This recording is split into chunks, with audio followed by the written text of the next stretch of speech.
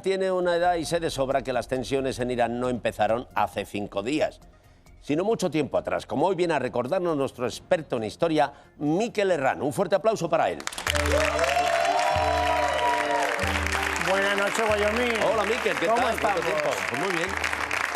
Bueno, pues cuéntanos, ¿cuándo empezó este lío? Bueno, Wyoming, efectivamente, si queremos entender lo que ocurre en Irán y el enfrentamiento emprendido por Israel y Estados Unidos, tenemos que remontarnos unos cuantos años, ¿no?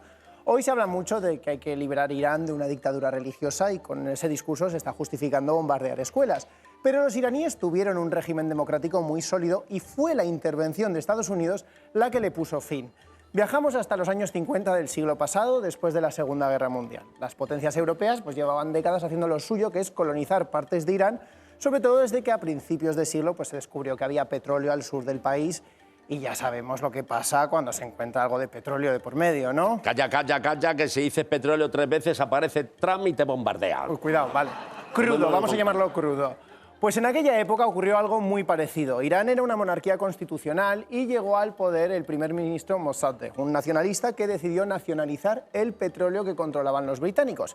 Y hasta aquí podíamos llegar, ¿no? Porque, bueno, él intentó negociar con ellos, pero los británicos se negaron y se pusieron como objetivo echar a Mossadegh del poder.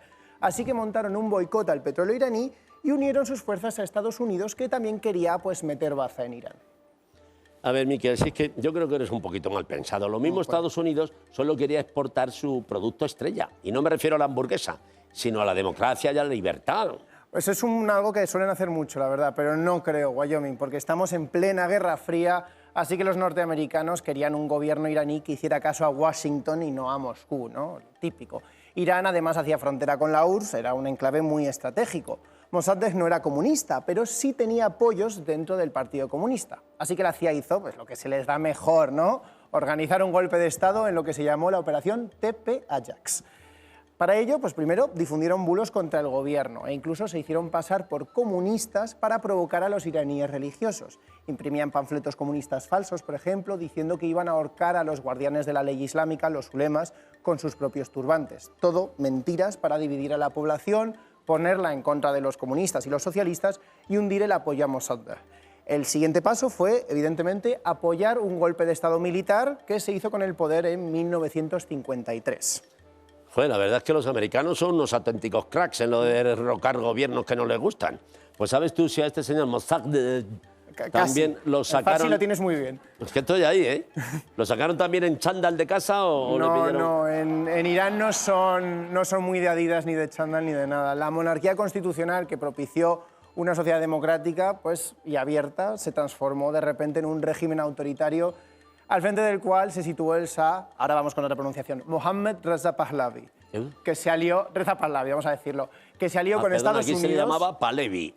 Bueno, vamos a tenerlo como lo tengamos, pero Pahlavi, pues se alió con Estados Unidos y le dejó poner bases militares en el país, que les encanta a los estadounidenses. Este régimen del Shah echó mano del apoyo yanqui para eliminar a la oposición a base de exilios, asesinatos políticos y detenciones. La represión fue llevada a cabo por el Sabak, la policía política que encima recibía formación de parte de la CIA, ¿no? Y, por otro lado, pues el Shah intentó occidentalizar el país en lo que llamó la Revolución Blanca, aunque sus opositores decían que lo único que tenía de blanca era pues que la habían diseñado en la Casa Blanca. ¿Cuánto aprendo contigo, Mikel? Yo pensaba que la Revolución Blanca era cuando el Madrid fichó a los Galácticos, pero... A mí no me hables de fútbol, ya te lo tengo dicho, Wyoming, de verdad. En fin, a partir de ahí, el Shah se dedicó a pegarse la vida padre, ¿no? A corromperse a 24 horas del día, a trincar todo lo que pudo y montar fiestones como el de los supuestos 2500 años del Imperio Persa. Y aquí es donde aparece el ayatolá Khomeini, el que vino antes de Jamenei, que es que parece que los nombres se los buscan para confundir. Khomeini y Jameini. Nombres parecidos y encima llevan el mismo look. Son el zipizape de los ayatolás. Para que aquí no hay Dios que los distinga, el rubio del moreno, porque llevan turbante y es que aquí no sabemos. La galla se la lleva siempre el mismo. Pues mira, Khomeini fue primero y fue detenido por sus protestas contra el gobierno y exiliado durante 15 años, aunque Mohammad Reza Pahlavi pues, intentaba reprimir estas protestas del clero y de los comunistas. Por otro lado, pues resulta que cada vez tenían menos control sobre el país.